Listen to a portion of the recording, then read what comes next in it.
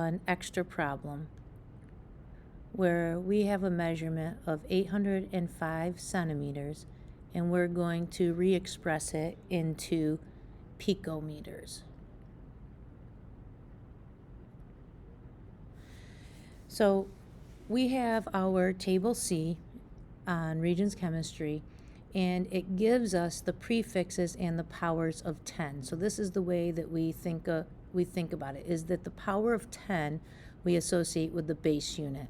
So whatever our base unit is, it is 10 to the n power, and that will equal, conversion-wise, 1 of the prefixed unit.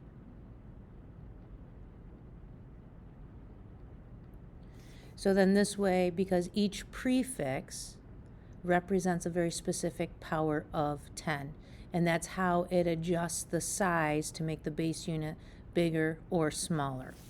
So take a look at how we are going to work through this problem. So notice I have 805 centimeters, and this is our prefix. So I am just going, without using a calculator, I am just going to rewrite this number and replace the prefix with the power of 10.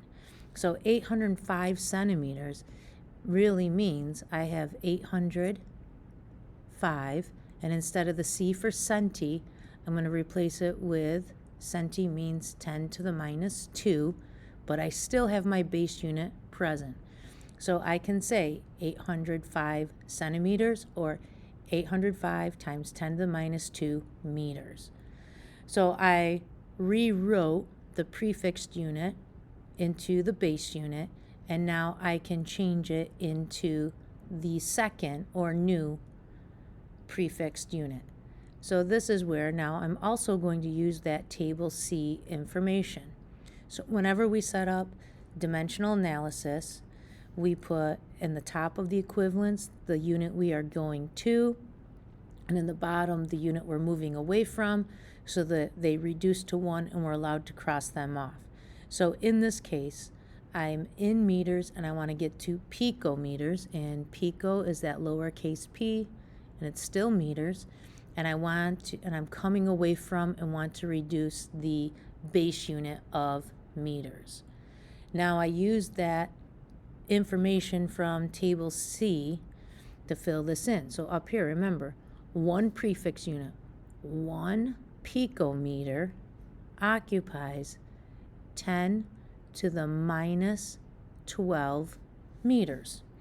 And mathematically, when I take a look at this, I have meters times picometers divided by meters, and the meters I'm allowed to cross off, they reduce to 1, and now I'm left in a unit of picometers. So now it's a matter of using the calculator and working through the math. So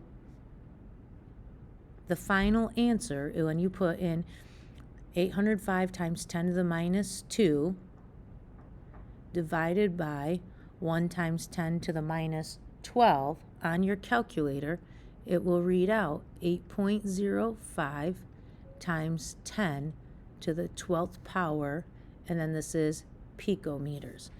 Now the important thing is if you do not have this exponent value, then you did not use the calculator correctly. Let me explain the math without the calculator. So we keep this number of 805. So 805 times 1 is still 805.